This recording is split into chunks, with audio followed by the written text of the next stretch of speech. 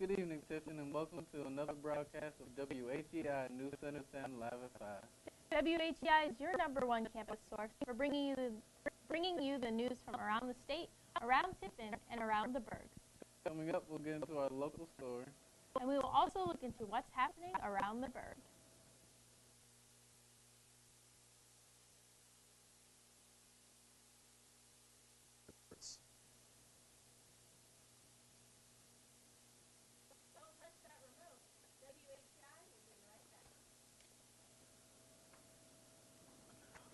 I got so lost in it.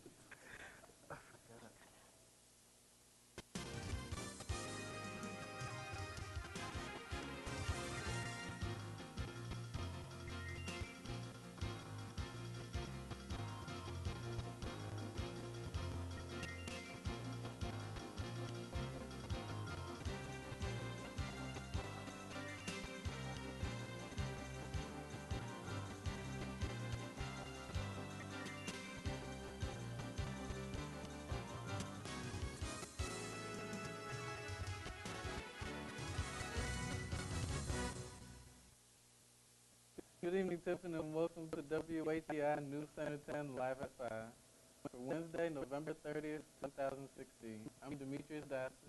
And I'm Bailey Maven. Let's get to our first story of the night.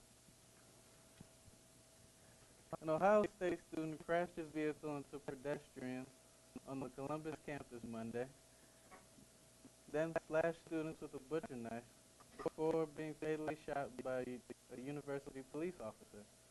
Authorities said 11 people were rushed to the hospital and one was in critical condition. The student, Abdul Razak Ali Artan, began his attack around 10 a.m. Monday morning by running his vehicle into a crowd of students. Officer Alan Harushko arrived about a minute later and engaged the suspect. The suspect was then shot by Officer Alan Harushka. The incident is being investigated by the FBI, although no confirmed information has surfaced yet as to whether the attack was terror-related. Early numbers released Monday by the Ohio State Highway Patrol showed fewer motor vehicle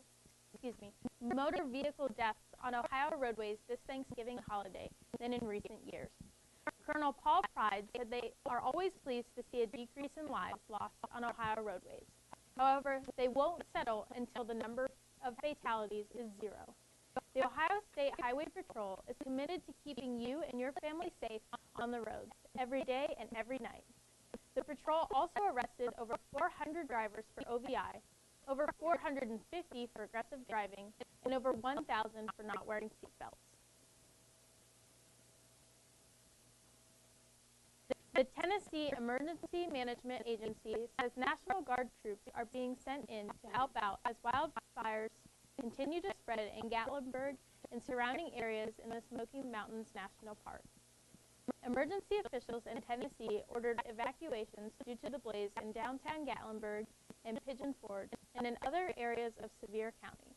Officials say the wildfire has set 30 structures ablaze in Gatlinburg, including a 16-story hotel. No deaths have been reported, though one person was burned while evacuating. The rain from approaching storms signaled new hope for firefighters working to put them out, but authorities said the storms were also bringing high winds, which could topple the many dead trees and branches in the burning forest and pose a threat to firefighters. Around 10 local agencies are trying to fight the heroin epidemic that has a strong hold on the community. And Monday night, those agencies joined forces for a special forum.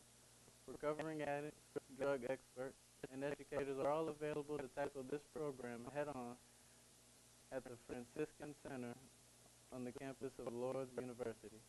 In the united front to rid the surrounding neighborhoods from heroin, the Sylvania Police and Fire Department, DART representatives, the local county sheriff, Lucas County Sheriff's Office, and multiple other organizations are teaming up. Lucas County Sheriff John Tharp says he was preparing for this for a while and says everyone plays an important part. Law enforcement can help get drugs off the streets, but they aren't experts in treatment. Sheriff Tharp says they need everyone's help.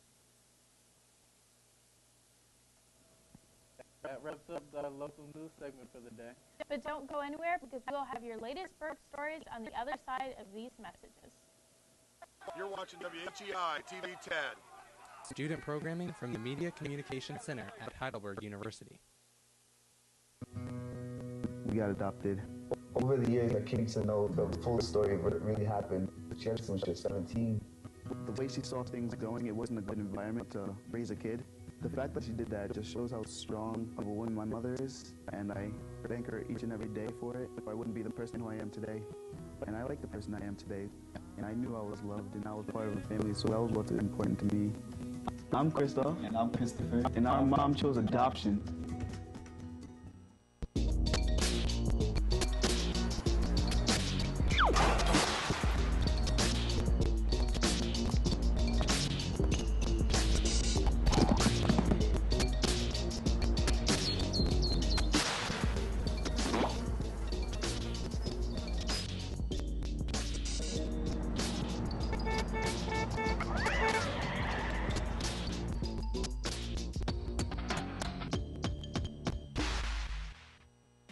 My dad was in the Air Force for 26 years.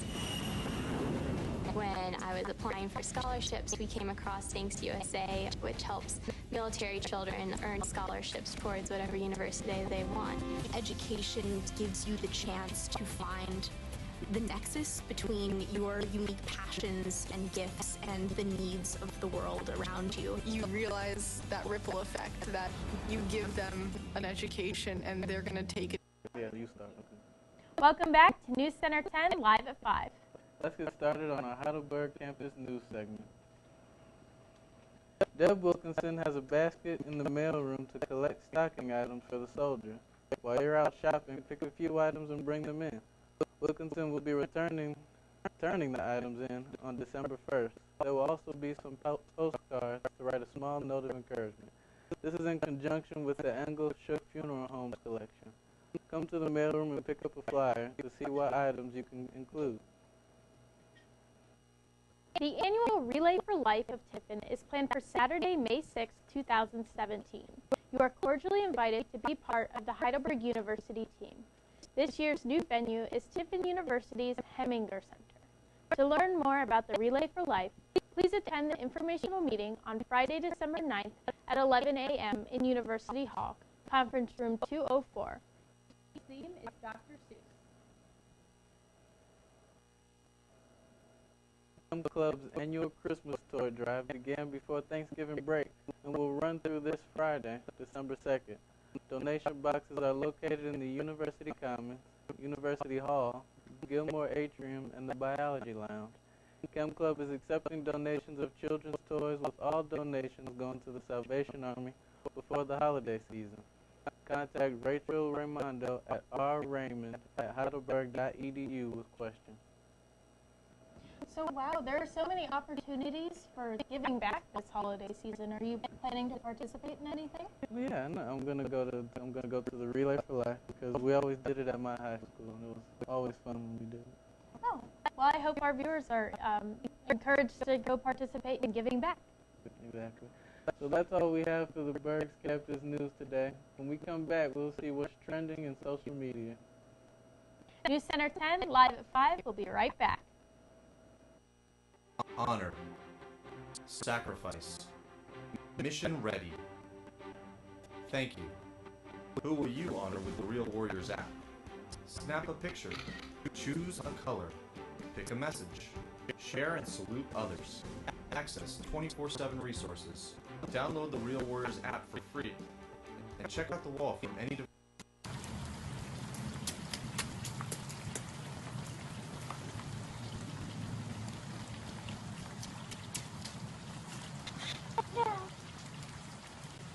Like you, call 1-888-4.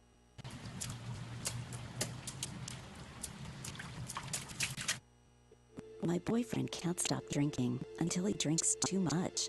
A friend suggested Al-Anon family groups. She said there are no dues or fees. At first, I was afraid to go to Al-Anon. I felt like a fool to care about somebody who can't stop drinking. Al-Anon members know exactly how I feel. If someone's drinking troubling you, you might be surprised at what you can learn in an Al-Anon family group. from people just like you. Call 1-888-4-AL-ANON or go to alanon.org. Hello, and welcome to our Social Spotlight segment. Let's check out what's trending today in the world of social media. Last night, honorary woman of soul and R&B legend Brandy performed for the first time in a long time while at the annual BET Soul Train Awards.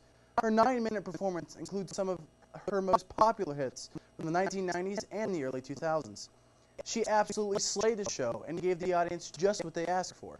Brandy began her Soul Train Awards performance on the top of a ladder, like an angel, with a slow, almost a cappella bit from Almost Doesn't Count. Brandy is just as good as ever, with her incredible vocal range and talent to easily get the crowd going. Her medley included Full Moon and Baby and I Wanna Be Down, and some serious throwback dance moves. What did you think of the performance? In other news, Cards Against Humanity is a card game in which you try to be the worst self you possibly can be. The purpose is to convince the judge of the round why the answer you present best fills that question. Now, they're digging a hole. Not really for any reason at all. Cards Against Humanity presented their illogic and unreasoning on a website, holidayhole.com. They say that they're just digging a hole. It was an empty space, but now there's a hole there. People are able to donate to the digging, but there doesn't seem to be any benefit to doing so. That's all we have for your Social Spotlight segment. Let's send it back to Dee and Bailey at the news desk. Thank you, Henry. So, have you ever played the Cards Against Humanity game? No, but I've heard a lot about it. I've heard it's very I prefer to play apples to apples. It's a little more innocent. Can't go wrong with apples to apples, man. It's time to throw it back over to Henry to take a look at today's top sports stories.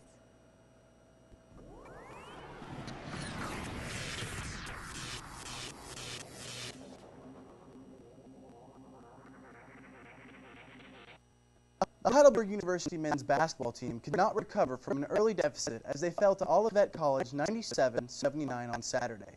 Junior Kier Benny led HU with 23 points and 7 steals. Mike Mason added 13 points.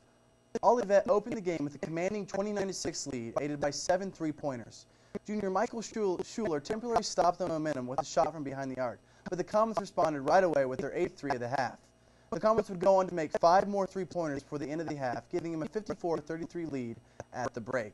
Olivet used free throws and 3-pointers to distance themselves from the Berg. HU could not put together any momentum for the remainder of the second half.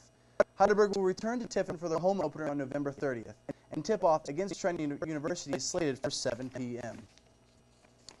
The Student Princes fell behind early and were unable to take the lead in a 70-64 loss to Bluffton University on Tuesday. The Student Princes were led by senior Marissa Liberty's 19 points and 6 rebounds.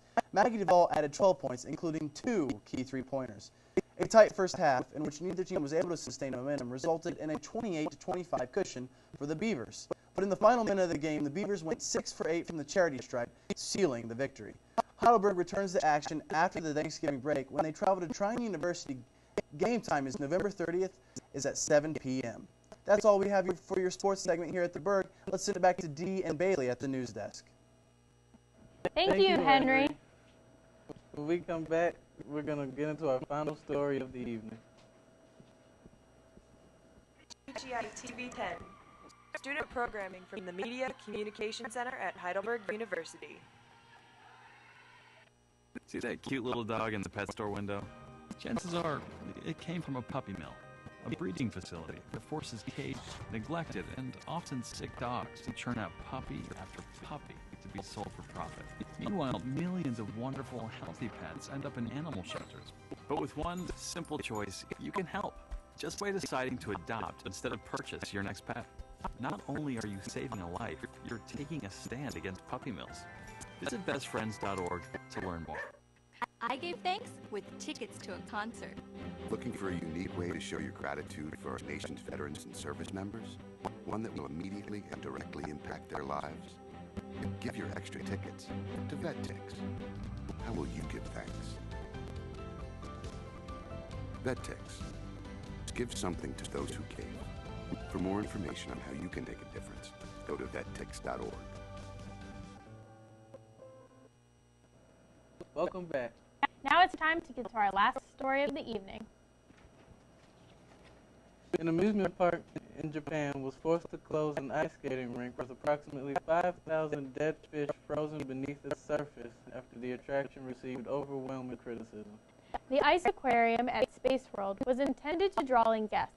Instead, the 25 variety of frozen sea creatures generated outrage once images of the rink were featured on local news reports, according to CNN.